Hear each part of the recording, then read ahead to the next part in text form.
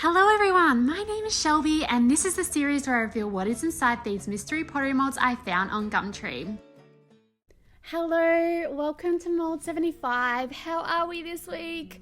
I am so excited to reveal another one of these mystery molds. So this one is so tiny, I had to hold it up to the camera to even show you the boring. I opened it up to reveal this itty bitty saucer, which has got me so excited because I'm thinking and I'm hoping that there's a mini teacup to go with this so I can make a mini tea set. It'd be so adorable, and then I could even turn one into like a little bird feeder or a little like trinket or ornament. I don't know, it's just making me excited because I don't know what it is, but when things are mini, they excite me so much more than average size things.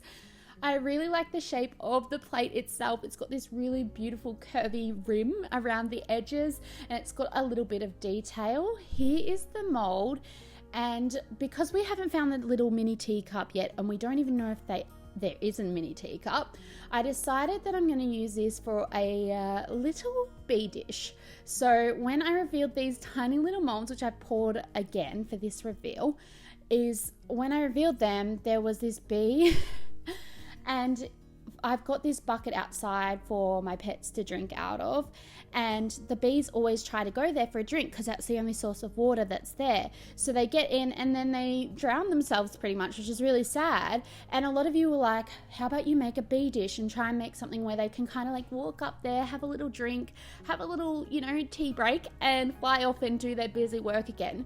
So that's what I'm doing with these little plates. So I've added the little bee on the side and just going to add some sort of floral designs to sort of attract the bees, but then once it's all glazed up, you can top it up with water, and it's got the little rim edge so that they can climb in there and get a drink, and it's not deep enough for them to sort of drown and get stuck in there like the bucket.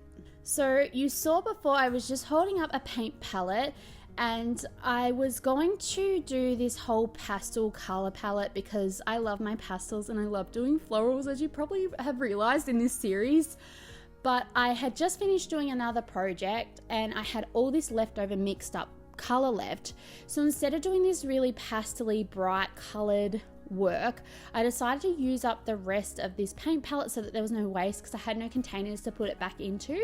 And I added a little orange color, like a pastel orange, and also a mauve color. I just thought that this would really complement each other really nicely and also be the benefit of using up the colors I didn't quite get around to. So the idea of adding the flowers to the base is to be something that sort of attracts the bees to the dish, and that way they can kind of see the water, because I feel like once they're all glazed you probably can't see the water in them. I'm not even sure if these are going to work. Like, I don't even know if a bee will be attracted to it, and I'm also like, by adding the bee, am I scaring off other bees? Like, are they territorial? I don't know, because like maybe I'm scaring them off by adding a bee to it. They're going to be like, oh, there's already a bee there, I'm not going to drink from that. Anyway, we're just going to give it a go because I didn't really know what else to do with these plates. I was thinking about it, and like, they're kind of really cool ornaments. Like, you could hang them up on a Christmas tree and maybe do something fancy on them. They could be really cute magnets, even like a spoon rest as well. The other thing I was thinking about doing, but maybe this is an idea for like a bigger plate, Umbridge's wall with all the kitty plates. I have the most unlikable character in Harry Potter, but I have always wanted to make a kitty plate out of the molds. I don't know why, I just feel like doing a kitty wall like Umbridge, because that's so cute. I love that she has that, but then it's like, she's so mean. Anyway, ideas for potential future projects and artwork ideas.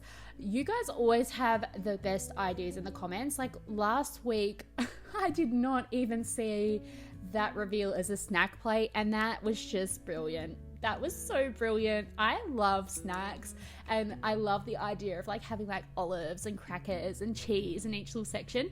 And also I'm just addressing it in this mold, but it's so brilliant because a lot of people don't like when their food touch. Like if your peas and your corn touch, people like them separated, and it's like the perfect mold for that.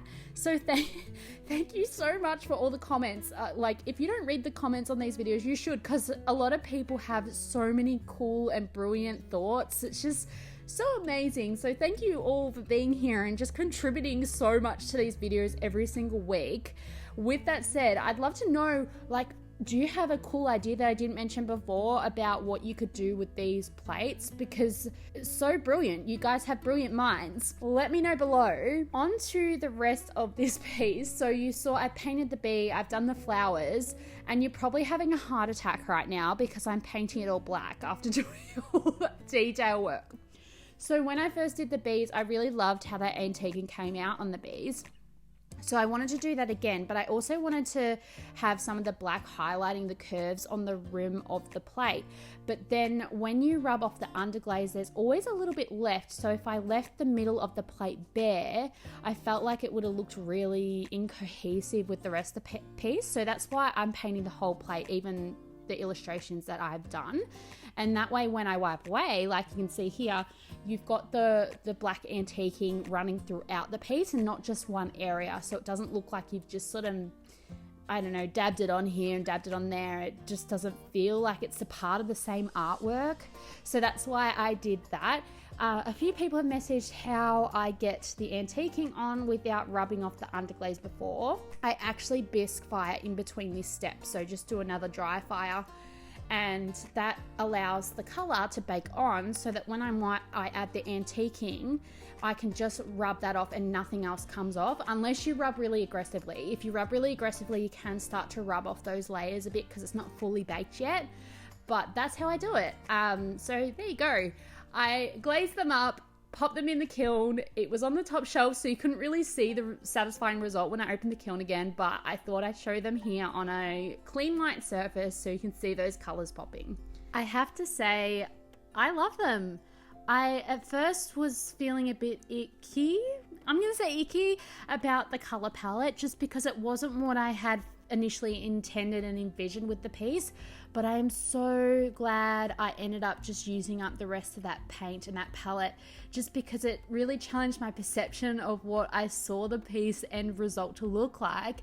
And this has ended up being a lot more moodier, which is really nice as well, because I think with the bee being so dark and sort of like that vintagey feel like before, it sort of has brought it in line with each other rather than it being really jarring. And I think it just works a bit better given that the palette was a little bit more moody. I also just want to note how the edge of the plate has made the feel of each piece look so different and feel so different, which is really cool. So like the blue one feels so different to that burgundy one. As you can see there with the water inside, you can't really see the water, so that's why it was so important to add those flowers. I don't know if they work. I wasn't able to test it. There's not many bees around at the moment. Let's all hold our fingers and toes crossed that there's a mini teacup. Let me know what you think of this mold in particular in the comments below. Here is your sneak peek for the next reveal. Thank you so much for watching. Don't forget to like and subscribe.